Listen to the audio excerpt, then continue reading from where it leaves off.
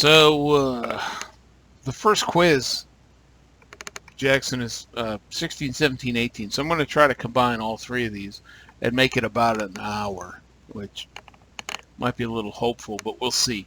So we're picking up 2112, post-Civil War with Reconstruction, and how much the country needs to be fixed. So let me, no tech time, none of that mess. Just go to slideshow mode. Yep.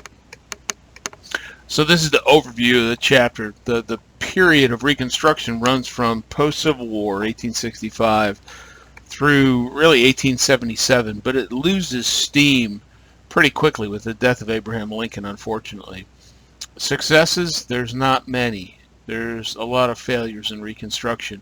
And we're going to see a theme kind of develop here. When you try to punish the losing side, the vanquished, it doesn't end well. We see that with Reconstruction. We're going to see that again in World War I with the Treaty of Versailles and the punishment of Germany. So by the time we get to World War II in 2112, there's a different approach. But I'm getting ahead of myself. So there's some differences between Lincoln's and what the radical Republicans, as they're known, what they want to do. They want to punish the South. So this idea, this concept, toward the end of the Civil War, and we're seeing it actually in Ukraine as well, this idea of total war, where you take war to not just the opposing military, but to everything, to the civilian population. And you've seen Russia bomb bomb shelters, Red Cross buildings, etc. So it's an idea. I think it's best illustrated by Sherman and his march from Atlanta to Savannah and just burning everything. He said, point blank, I'm going to make the South howl, and he did. The problem with total war is it really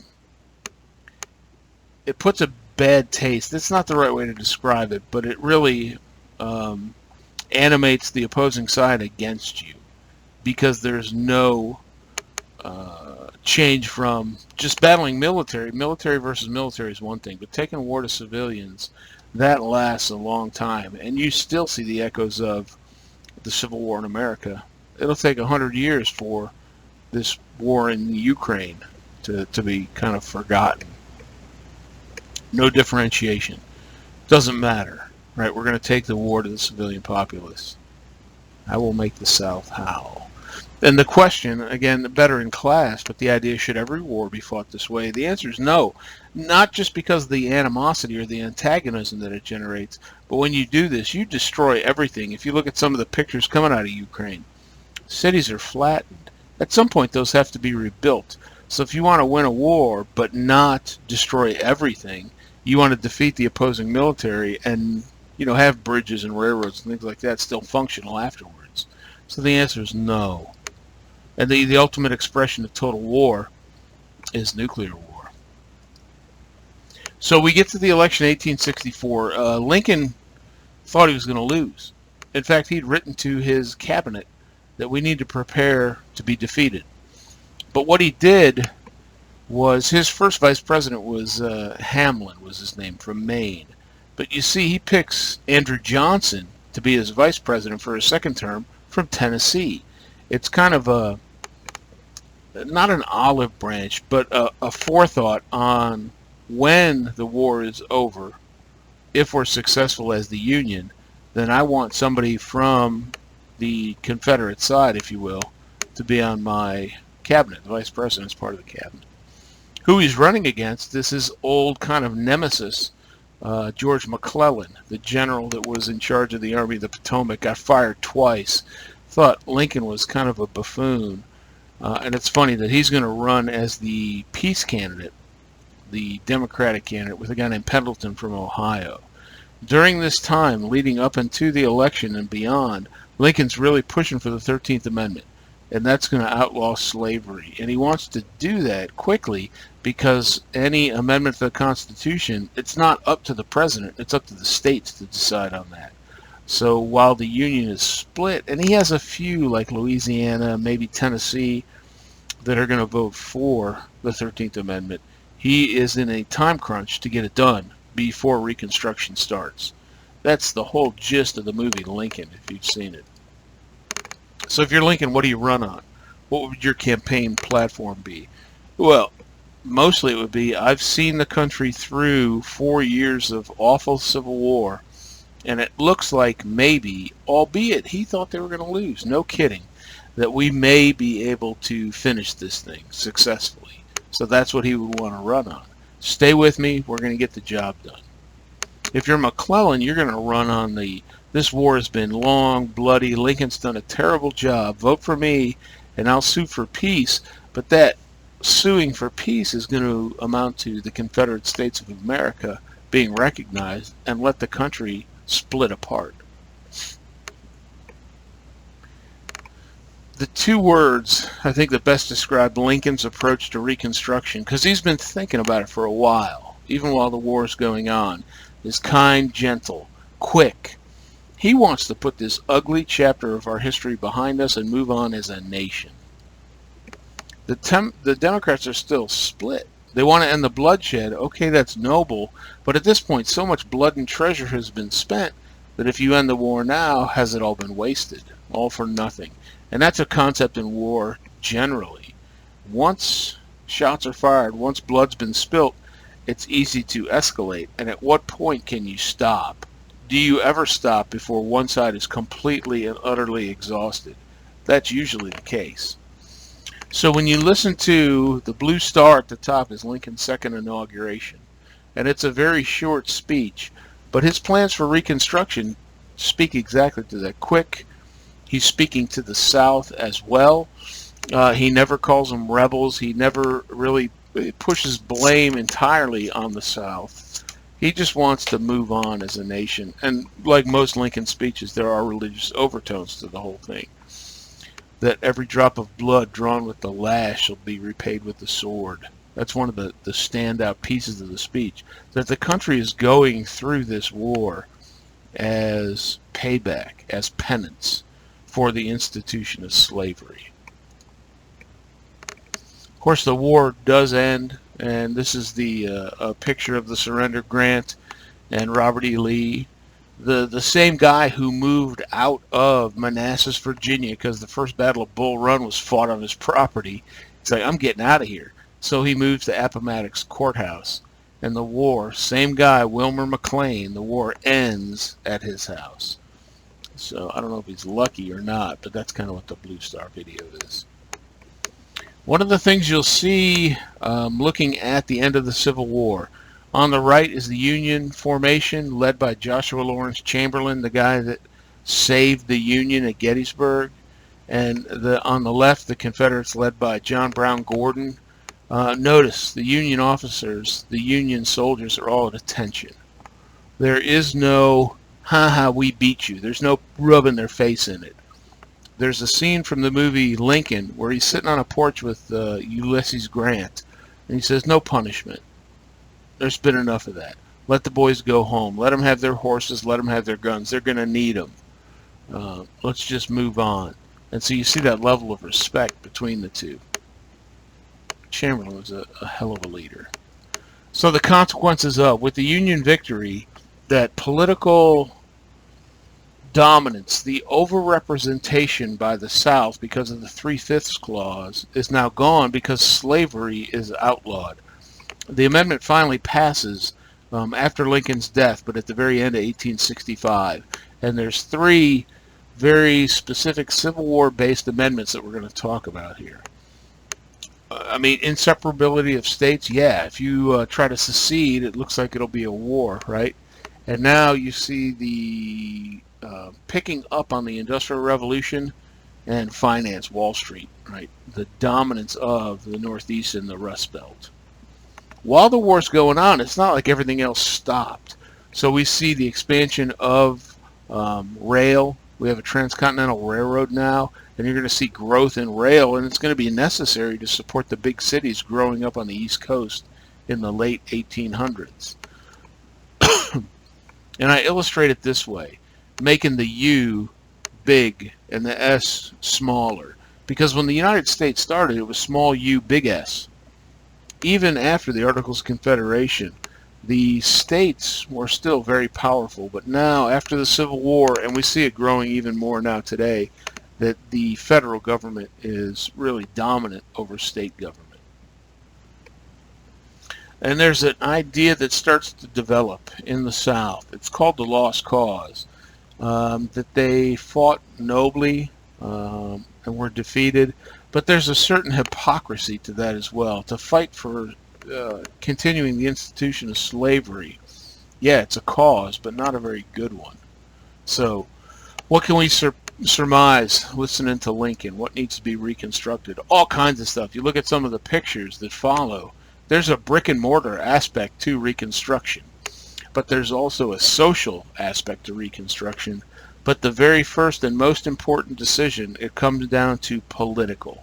Because who is going to lead the country through Reconstruction? Is it going to be the president, Lincoln, or is it going to be Congress and the radical Republicans, who are the evolution of or related to the abolitionists? And while Lincoln's alive, he's brought the country through. He has the street cred to keep the radical Republicans at bay and to make the kinder, gentler, quicker Reconstruction work. Unfortunately, he's assassinated, right? So the war's over, albeit there are some battles and skirmishes still being fought, but significantly the surrender of Lee to Grant at Appomattox Courthouse ends the war, right? April 12th, generous terms, mentioned that already. And look, Lincoln gets to enjoy, if you want to call it that, because he aged dramatically, because he felt, I think, every soldier's death during this war. He gets to enjoy it for a couple days, and then he's assassinated. And with him, John Wilkes Booth said he struck a final blow for the Confederacy. Well, no, he didn't. He struck a dramatic blow to the country, because with Lincoln's death, it opens the door to the radical Republicans, and they are going to do nothing but try to punish the South, whereas Lincoln didn't want to do that. Okay, and it's part of a conspiracy. I mean, they attacked Secretary of State Seward, Edward Stanton. None were successful. I mean, Seward did get stabbed, but Lincoln's the only one killed. And they round up their conspirators to include, what was her name, Mary Surratt, and hang them. Right? The country is really, at least the north of the country is really, they take a blow with Lincoln being killed. Andrew Johnson's now president, and he wasn't Lincoln's vice president for his first term. So he doesn't know a lot about what's going on, and unfortunately Johnson does not play well with others, and he tends to make people angry. And eventually that's going to spell not his demise, but he is set up for impeachment. Okay? Yeah, Lincoln, in respect across the board for Lincoln. This kid glove idea, I can explain it better in class. Kid gloves are very fine, soft leather gloves used for fine china or artwork, things like that. It's for handling delicate things. And that's why they called Lincoln's approach a kid glove approach. Simple as that. So did Booth strike a blow? No, he hurt the South substantially. Some words of the day. Freedmen, very simple. It's those freed slaves. So we have a huge 3.5 to 4 million slaves now freed from that institution. And so what do we do with them? Where are they going to work? Can they read and write? Most of them couldn't. There's a big workload associated with the freedmen. The idea of sharecropper, you're probably familiar with that. With the end of slavery, it's not like there's 4 million jobs out there waiting, for these freed slaves. So many go back to what's called sharecropping, where you go back and work the land. You get to keep some of it, but you pay a lot of it in rent. And in fact, a lot of them go back to the very same plantations they worked on as slaves. This is just vocabulary expansion. Untenable, you can't defend it. It's an untenable position, and that comes up later. So the South, I mean, most of the Civil War took place in the South, so it takes the brunt of the death and destruction. What was it, the 3-4 years after the Civil War, the biggest budget item in the Mississippi state budget was artificial limbs, because the amputation was the word of the day. So freed slaves, about 4 million, but free to do what? And as Johnson allows things like these black codes, which we'll talk about, to develop, it's almost like slavery light. We're back We fought this 4-year bloody war, and now the South slides back into Democratic control and a slavery-light system. So there's the foot stomp. It's a political debate between Lincoln and the Congress. While Lincoln's alive, he's got the lead. Once he's assassinated, now Congress has the lead. And you can see from these pictures, I mean, they look like Berlin 1945. The level of destruction is significant. So the two, that's Berlin. The previous was Richmond. This was around Petersburg, the last battle before Appomattox Courthouse. And that, to me, looks an awful lot like the trenches of World War I. So the last 2 years of the Civil War really prelude World War I and how it's going to be fought. And this is Sherman standing in front of what they called Sherman bow ties. This is total war. He goes and destroys the rail system, and they heated up the steel rails for the railroad and bent them so they couldn't be used. So now it has to be fixed after the war is over. Quick and painless, okay? Malice toward none. With charity for all, Lincoln talks in his second inaugural address to the whole country to bind up the nation's wounds. He's thinking nation as in all of us. To care for him who shall borne the battle, his widow and his orphan. Because there's a lot of those out there. Right? So that's the end of Lincoln's second inaugural address. It's a really good piece of speech making. So what does he want to do? First, pardon most, not all, of the Confederate military, some of the higher ups. He even alludes to Grant. He says, if Jeff escapes with my back turned, I wouldn't be all that upset. And he's talking about Jefferson Davis leaving the country, fleeing. Davis is actually captured and jailed for a short time. The only person hung after the Civil War was a guy named Wirtz, who was the commandant of Andersonville Prison. Everybody else is maybe jailed for a short time. Many of them are just let to go back to your average soldier, go back home, right? There's work to be done. The second piece, the new state government, those former states of the Confederacy, can come back into the Union when only 10% of the voters take an oath of allegiance. And it's a very simple one, almost like the Pledge of Allegiance, right? That I will bear true faith to the United States, something like that. So that's simple. And you see that that's why the idea of speed, he's thinking about getting this done quickly. And southern states do something to help these freedmen. And what happens is the government actually puts together a thing called the Freedmen's Bureau, primarily to teach former slaves how to read and write so they can communicate, so they don't get duped by bogus contracts or things like that.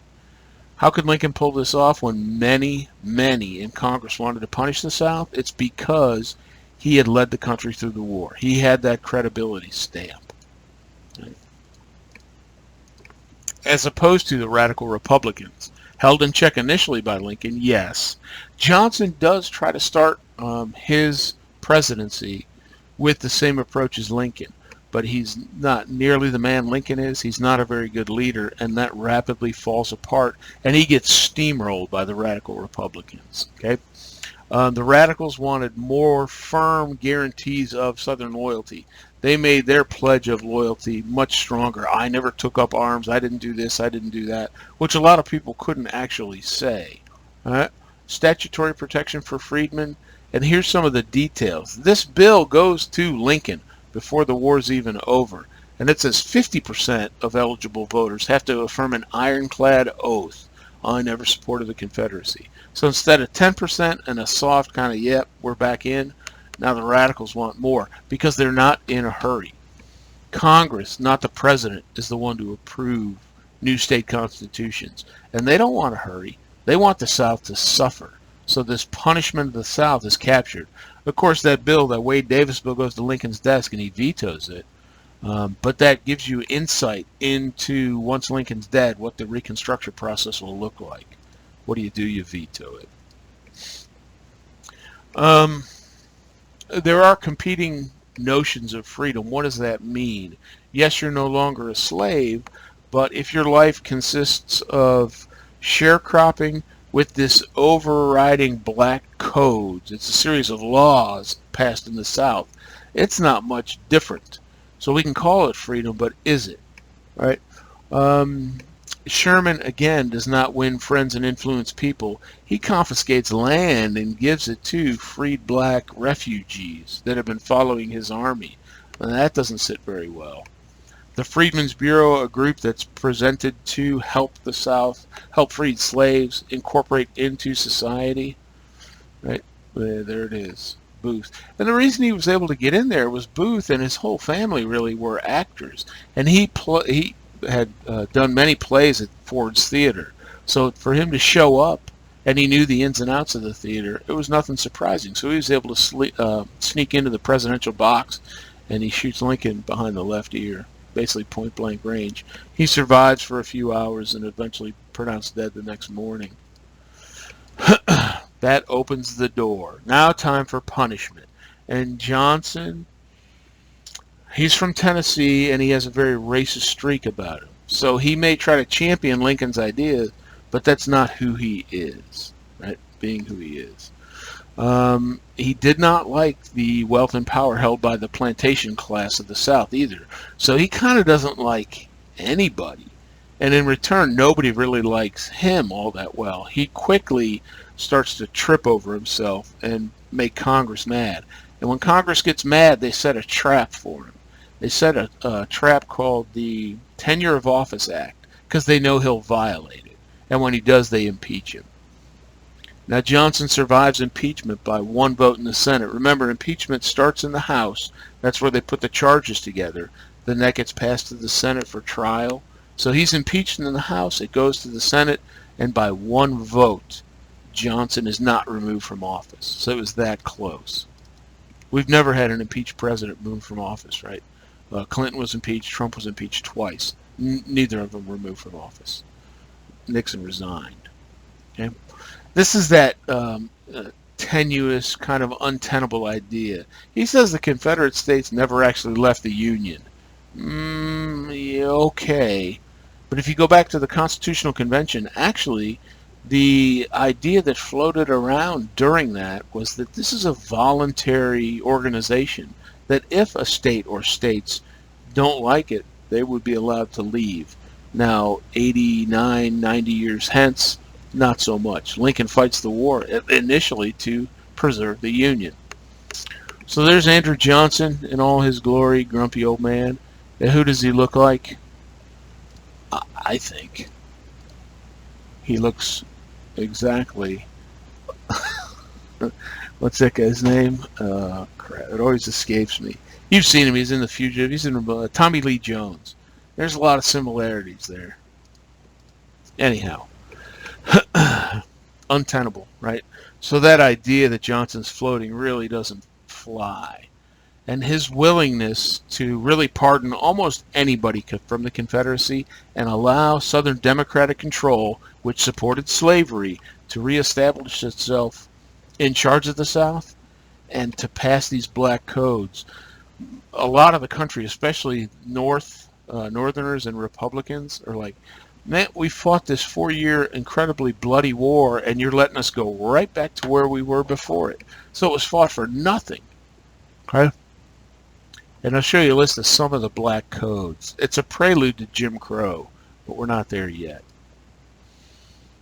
So that's the change. That's the political fight. So now Johnson loses control of Reconstruction, and the Congress, the radical Republicans, take control. Political issue, foot stomp. Because I have to decide that before any of the brick and mortar happens. Okay. So here's a map, and it shows you the former states of the Confederacy. The top, the bolded, is when they were readmitted through the much more difficult radical Republican approach, and how quickly the control of the Southern Democrats take back control of the state. So if you just look at Georgia for an example, right? It took a few years. It wasn't instantaneous, but Georgia comes back in 1870, and a year later the Democrats are back in control.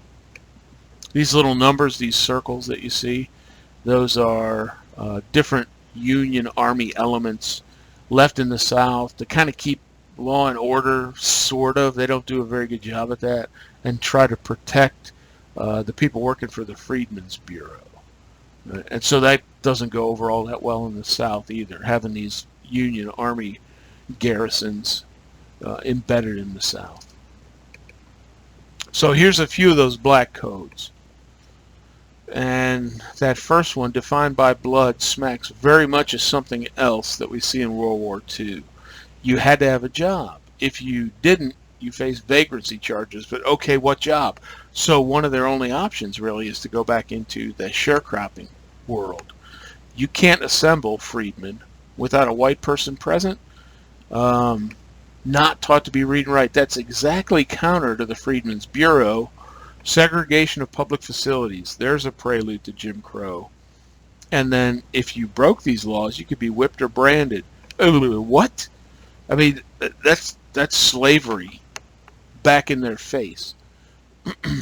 So you're going to see, jumping ahead a little bit, what's called the Great Migration.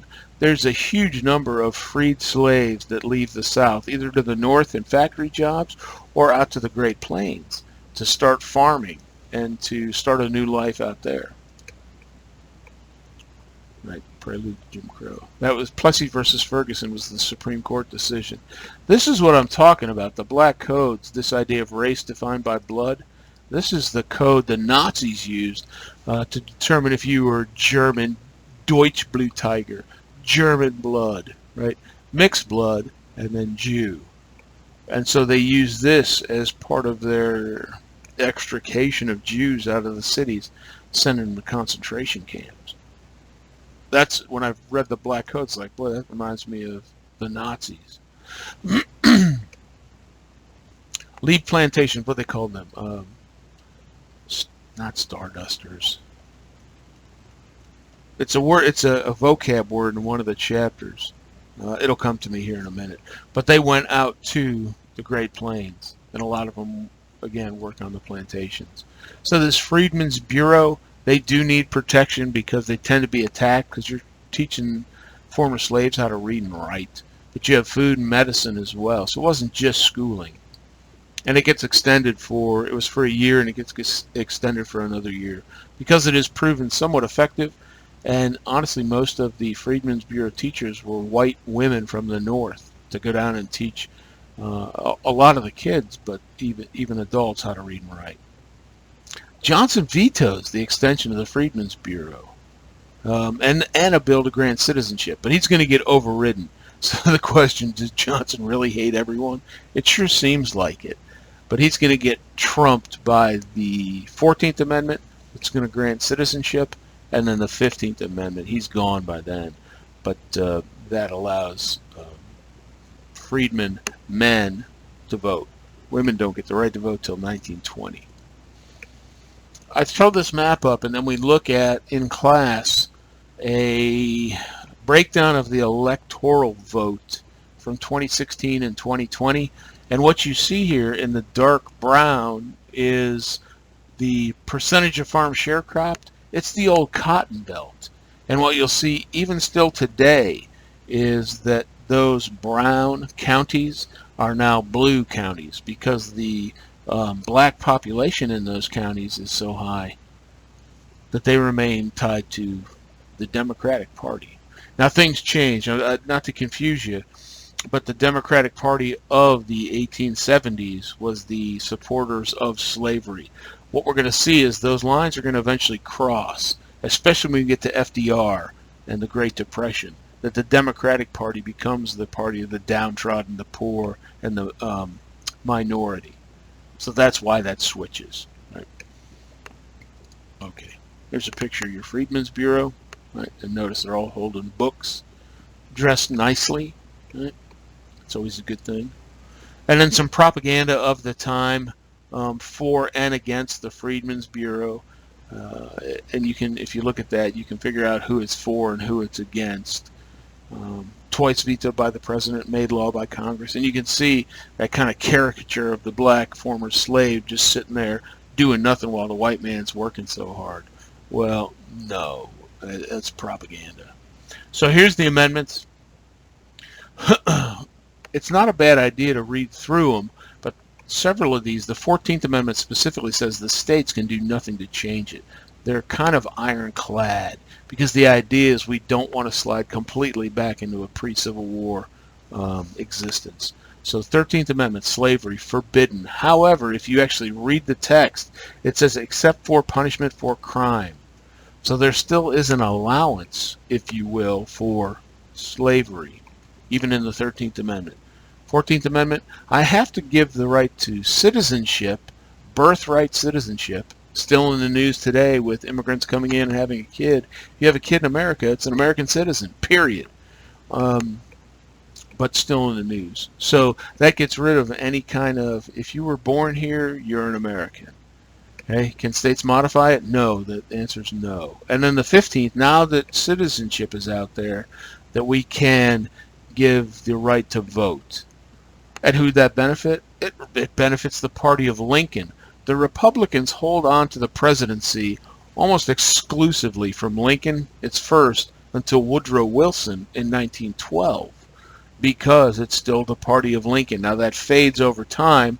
There's one guy, Grover Cleveland, who does win as a Democrat. He wins, loses, wins. First time that's happened. But so those are your three amendments. 1865, 68, 70. Bam, bam, bam. Right after the Civil War's over. Okay? And Grant, who's a Republican, wins a close election, and the black vote was critical. So they didn't do this, I mean, yes, out of the goodness of their hearts, perhaps, but it's a political act to do that, to enfranchise black voting. Okay? Sorry, ladies, just not your turn yet. 1920. So Johnson, on the ropes, right? He's campaigning against this 14th Amendment, bans some former Confederates. He's just soft on a lot of things. And so kind of cutting to the chase, why does this antagonize many voters? Because we fought this war, and now we're sliding right back into it. So the radicals win control, and they set the trap. The Tenure of Office Act, which says, hey, executive branch leader, president, if you want to fire anybody from your staff, you have to get our approval first from the legislative branch. I don't think any president would go for that, but certainly Johnson didn't. So he ignores it, and that's what they bring him up for on his impeachment charges. He violates the law, right? And so they impeach him, and it fails by one vote. That's how close it was. And so really when that happens now, the rest of his term is kind of lame duckish.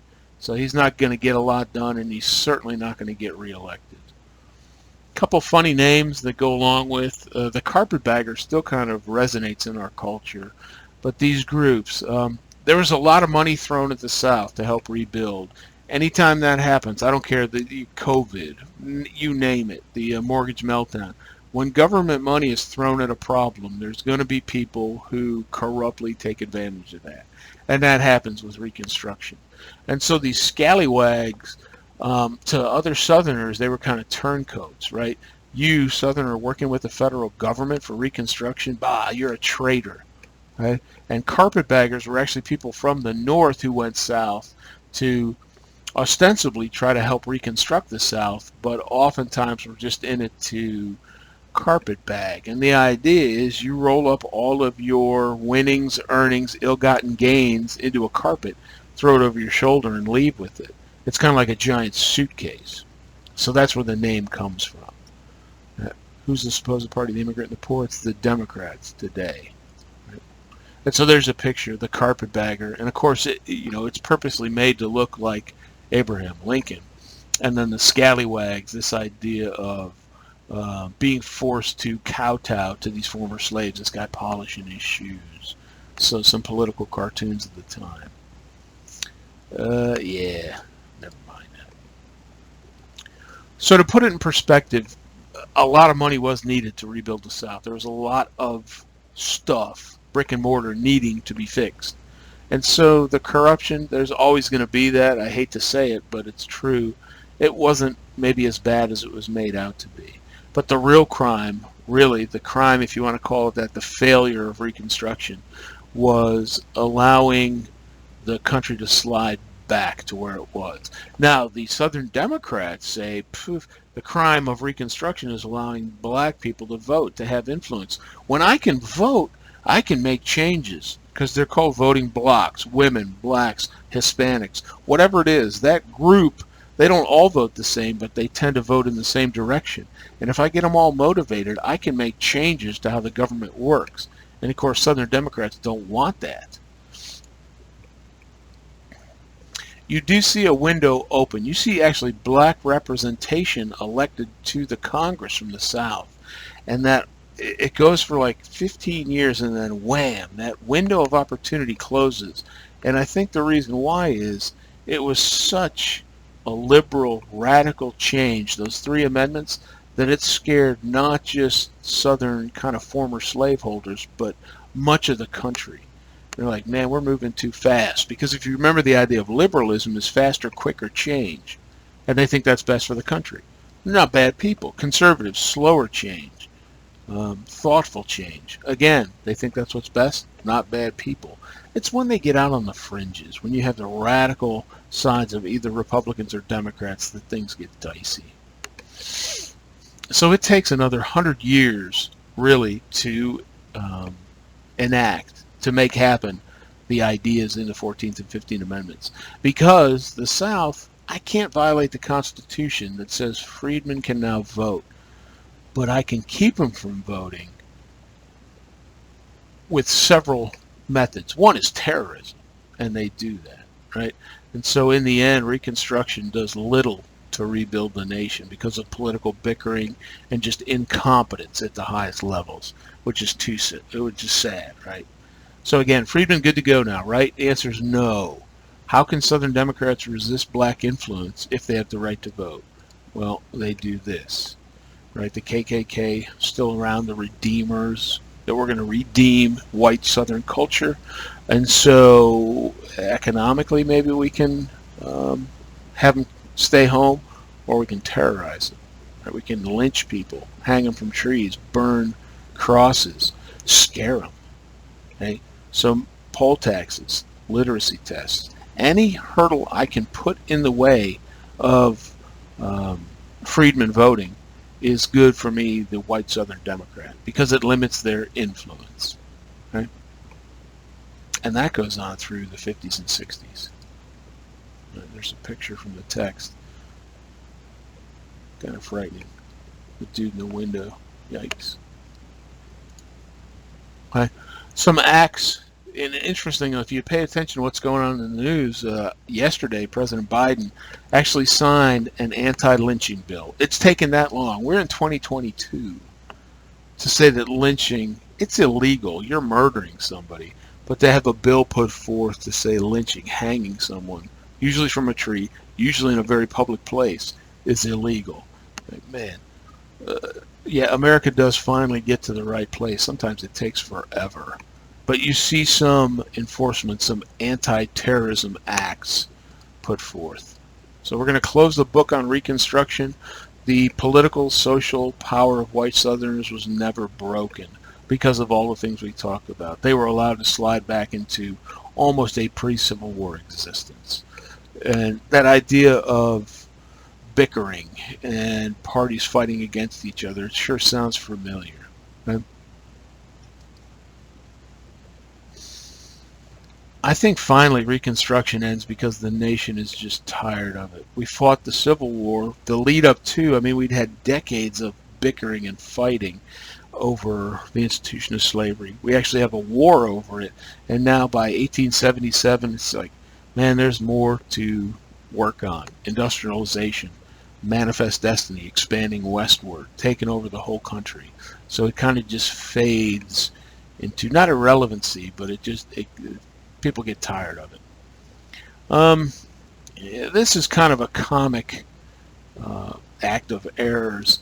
The big thing with 1876, one, the country's notionally 100 years old at this point. You can see 185, the magic number. Originally, it was this pre-compromise vote, 165 to 184. So it looks like Tilden, the Democrat, all he needs is one vote. But there's 20 votes that are disputed, and you can see where those are. Louisiana, Florida, South Carolina. So in the Confederacy. So there's some back and forth on the whole thing. And I'll just let you kind of read through it. Tilden wins, but no, he doesn't, because he only has 184. He needs 185.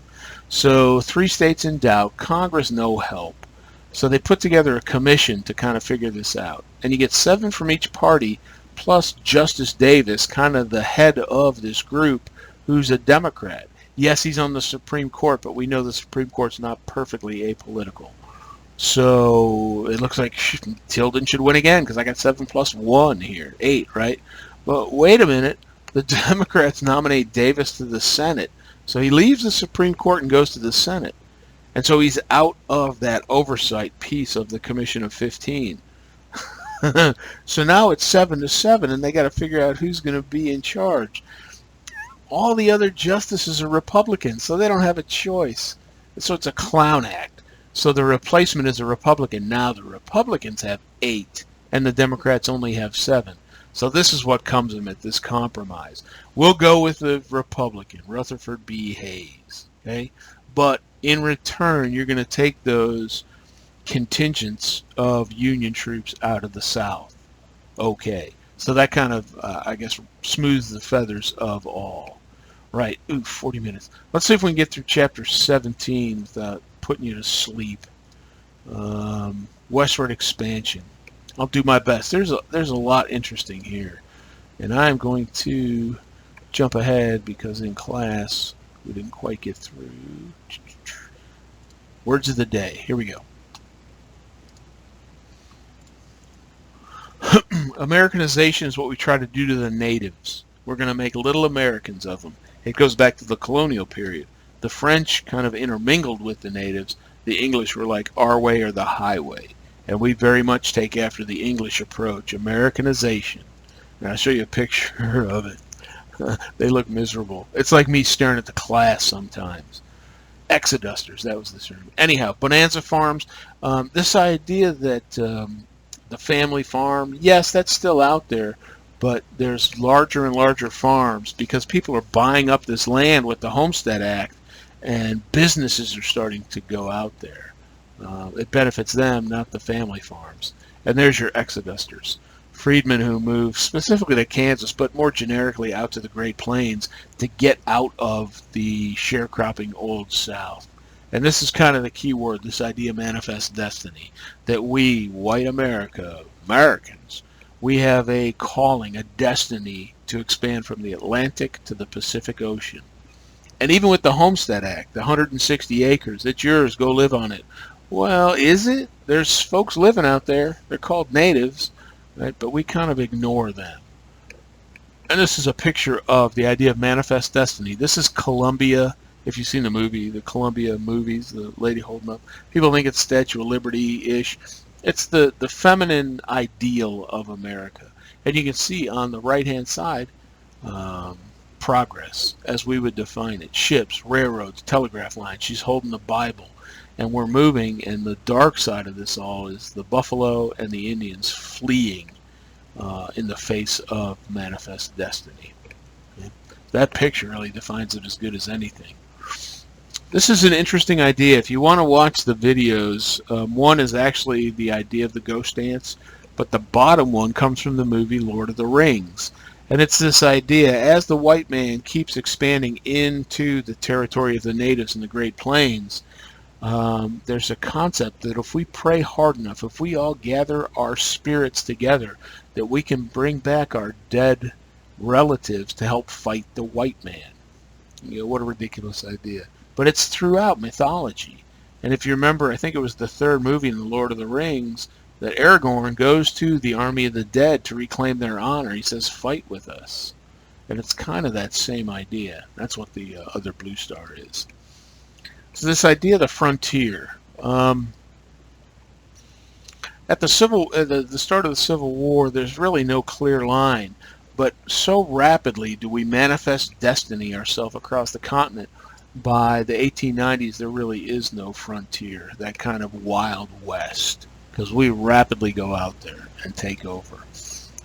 The mountains are tough, but a lot of people saw the Great Plains as being kind of a wasteland, that it would never be settled, never be useful. But there was an invention that made the Great Plains blossom into, today we call it the breadbasket of America. Okay? Whose land? Yeah, the Sioux, the Arapaho, the Cheyenne, to name just a few. And what's drawing me westward? Maybe I want to get the heck out of the South. Maybe I've heard there's gold being discovered in California. So there's a lot of things. Maybe I'm sick of the big cities of the East Coast. There's a lot of things drawing people westward. Some of it's just plain advertising. Go west, young man. I'm going to skip this. It's a little bit convoluted. This is an example of there are multiple treaties drawn up with the natives, and when you look at them at face value, they seem relatively fair, I think.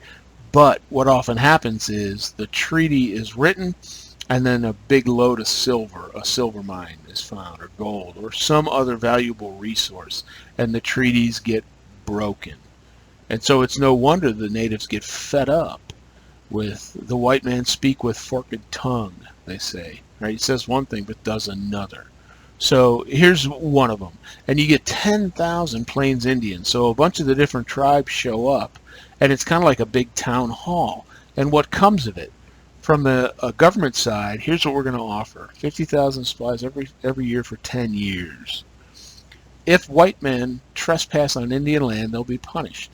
And we're going to try to stop this, the word depredation, the killing of, the slaughter of the buffalo, what the Indians, the Lakota Sioux called the Tatonka, because they were being killed at such a rate.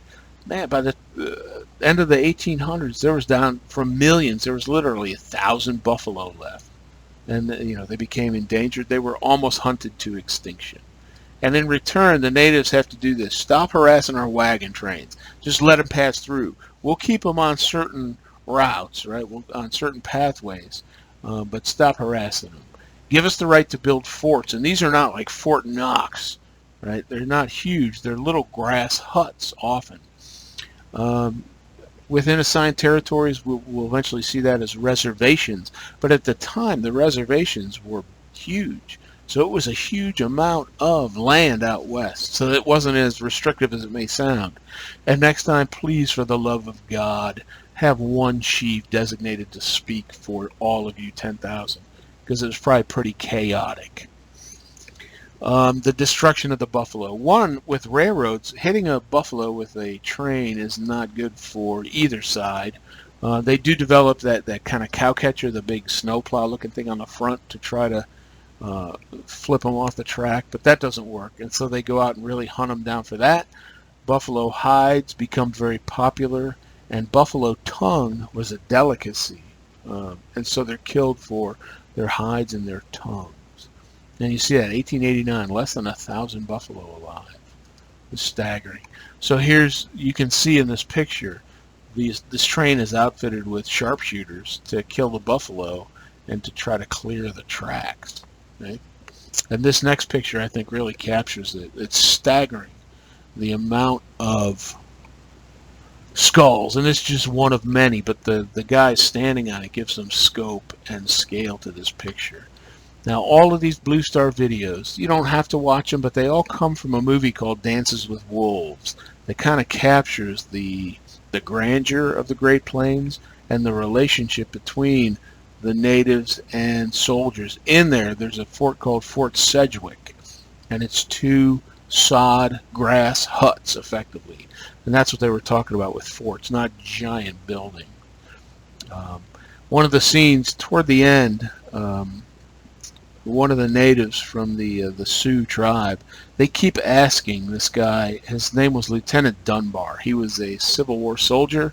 He's wounded, nearly killed, and he decides to commit suicide. So he gets on his horse and he rides between the Confederate and Union lines. And of course the Confederates are shooting at him and they miss. And it kind of leads the Union to mount an attack, and they win the battle. And so Lieutenant Dunbar is awarded any posting he wants, and he says, I want to go see the frontier. And so he goes out there and slowly introduces himself and meets with the natives, and they become friends. So it's Hollywood, yes, but it's a really good movie. And so in return, what do? This great area of the Sioux, we build Mount Rushmore, 4 white dudes on the mountain. It's kind of cool to look at. We put a town in there called Custer National Park in the city of Custer, and we're going to hear about him in just a minute. But they do also have, in the process of being finished, a huge statue to Crazy Horse, one of the leaders of the Sioux Nation. And that's what Crazy Horse looks like. I had a chance to go out and see it when I graduated from college. Look at the size of that. he's pointing back to the holy areas of the Black Hills of South Dakota. And you can see here there's an outline. He's going to be on a horse at some point. So that's his arm pointing out toward their land. Okay, another one, Red Cloud. You look at this picture, all that stuff he's wearing is not for show. It's because he's a big man on campus. Right? He's the chief of the Lakota Sioux. And he looks sad, and he looks tired. So this was the reason for many of the incursions into what was supposed to be blockaded, if you will, from the white men. And what we see is Sherman, remember him from the Civil War, he goes out to fight the Indians, and he calls them savages, and they deserve to be slaughtered. So again, total war, but now against the natives. And so over time, the Indians put away their tribal differences because they have a bigger common enemy in the white man. And so we see a high watermark at a battle called Little Bighorn, where the Indians slaughter, destroy the 7th Cavalry under George Armstrong Custer. So remember, we had this map up there, and the reason I throw it back up is it kind of, sort of, I tried to overlay this with this. Uh-oh. My thing's messing up. And you can see this trail goes right through that area that was supposed to be protected by that treaty because there was a huge silver mine found here in Nevada. Right? So that's typical of violating the treaties because of monetary gain. There he is, our buddy Sherman. March to the sea, march through the Great Plains. Grant's not a big fan. Grant and Sherman were symbiotic in the Civil War, but his policy is let's get the Indians on their reservations. But again, they're a lot larger than you might think, so that's maybe not as bad as it sounds. Treatment, right? Humane treatment. Make reservations attractive. And having been out west, the reservations are not. They're like the worst places in the country. They look like the surface of the moon. Okay? Upright, faithful, moral, and religious men to help Americanize these natives and provide churches and schools. So, I don't know. It seems like Grant's at least on the right track, much more so than Sherman in this case. So here's a picture of some of your exodusters, right, out on the Great Plains, and these are your grass huts. This is made from sod because the Great Plains, the grasslands, were trampled down for so long. It makes almost a quasi-brick-like material. So they cut it with these big knives into bricks and build houses out of them. And they survive 5 or 6 years because there's not a lot of rain out there. And in the background you can see the evidence of a windmill. And that's to pump water because you got to dig really deep to get to water on the Great Plains. But this is what really helps kind of makes the plains blossom. And it's a simple plow, but the addition of this chilled steel, very sharp knife that is in front of the plow itself. So as I'm pulling this with oxen or horses, the knife cuts through that grass that's matted down for thousands of years and allows the plow to now turn the soil over. And I can grow things with it out on the plains now. Sometimes simple is good. Okay? So, Little Bighorn, the prelude to, again, the Indians are getting fed up with killing the buffalo, invading our land, violating treaties, and so they start to gather together. The Sioux, the Cheyenne, put our tribal differences aside and fight the white man together. And they're led by Sitting Bull, and they mount, in part because Custer was an idiot, but they mount a very effective fight and destroy the 7th Cavalry. Okay? And so, let's look at that. There's Sitting Bull. So there's a movie associated with this. Where is it? There. That blue star is actually a short 5-minute explanation of the Battle of Little Bighorn. But what you can see here is Custer divided his group, which was smaller than the natives to begin with, but he divides them into 3. One under Reno comes in from the south. One under Calhoun is supposed to be a blocking force in case the Indians try to flee up this river valley, and then Custer's going to come in from the north. And his idea was if we hit them north and south at the exact same time, it's going to put question mark. Which side do I defend? It's a 2-front war for the Indians. problem is the timing is poor. Custer was told to wait for reinforcements. He didn't know the lay of the land. He didn't know the size of the native force. And he divides his inferior force in the face of a superior enemy, and then they don't coordinate their attack. So Reno is met, stopped, surrounded, and by the time Custer gets his act together, coming in from the north side, now the Indians can flex and flow up and meet Custer up here. And so it's a disaster. Okay? So those are the things he did wrong, right? Robert E. Lee was audacious. Custer was stupid. He believed his own press. He was promoted to general on the battlefield in the Civil War, and he thought he was the greatest thing ever. So he did all of those things wrong. No fallback plan. In fact, when he first gets sight of the size of the native force, he hasn't attacked yet. He could have withdrawn, but he didn't because he was so arrogant, no respect for the enemy. Okay? That last thing is like military 101. It's easier explained in person. Interesting, I guess, just a quick side note. The Indians tended to, if you were defeated in battle, their idea was that if you were desecrated, scalped, somehow disfigured, that you would walk the earth eternally in kind of a state of purgatory. And so that's why oftentimes they would scalp people to show how many they killed and to disfigure them. And they didn't do it to Custer because they didn't recognize him, because he wasn't in his military uniform. He was wearing leathers, buckskins. And so if the Indians have this huge victory over Custer and his men, what happens? Well, the U.S. comes back with the other arm out from behind its back, and it's just going to annihilate the Indians. And that's what happens, the last of the Indian Wars. I try to say that guy's name, but it translates to thunder rolling down the mountain. That's the coolest name ever. Nez Perce actually means Pierce nose. It was one of the things they did decoration-wise. And they flee. The natives are trying to flee either westward or a lot of them northward into Canada. And they get tracked down and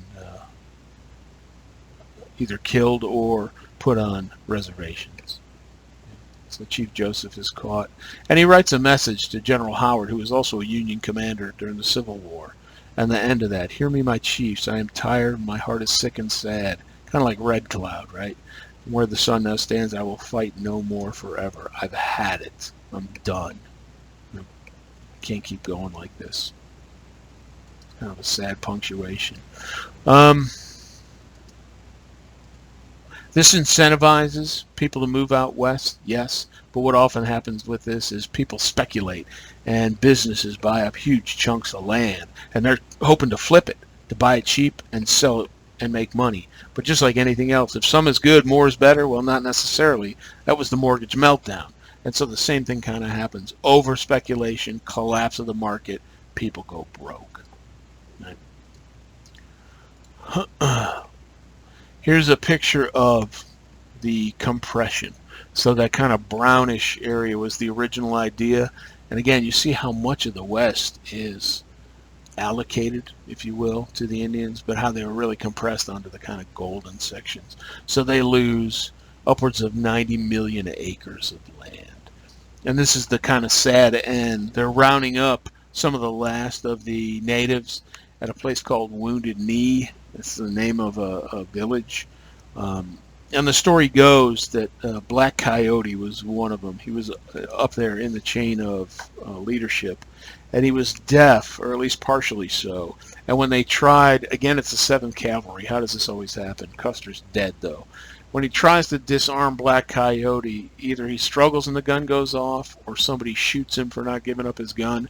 And when you have a bunch of armed army military folks trying to get these natives on a train to take them back to Oklahoma or somewhere, firefight breaks out. It's almost like the Boston Massacre, just much bigger. And so many Indians are killed. It's the sad end to this war on the natives. So I just described all that. And so they dump them all in this mass grave. The army didn't escape with no casualties. That is Americanization. Don't they look happy? That's what I see when I look at the class. Sometimes they're like, right? Dressed the same, haircuts the same. You can see the American flag in the background. So we're trying to teach them out of their native ways, and they sure don't look happy about it. Can't say that I blame them. Yeah, there's a taste for meat. We're going to see more of this as we get into the turn of the century, the book The Jungle, and some of the practices. But you have this kind of cattle kingdom out west. And with rail now, I can drive cattle up to a place like Amarillo, pack them onto a train, and with rail cars get a lot of meat to the huge exploding cities of the East Coast. Yeah. And this was the last piece, really drawing people. We kind of talked about that, the idea of gold and silver. Okay, tin pans. Make your fortune. Tough life. A lot of them didn't make much.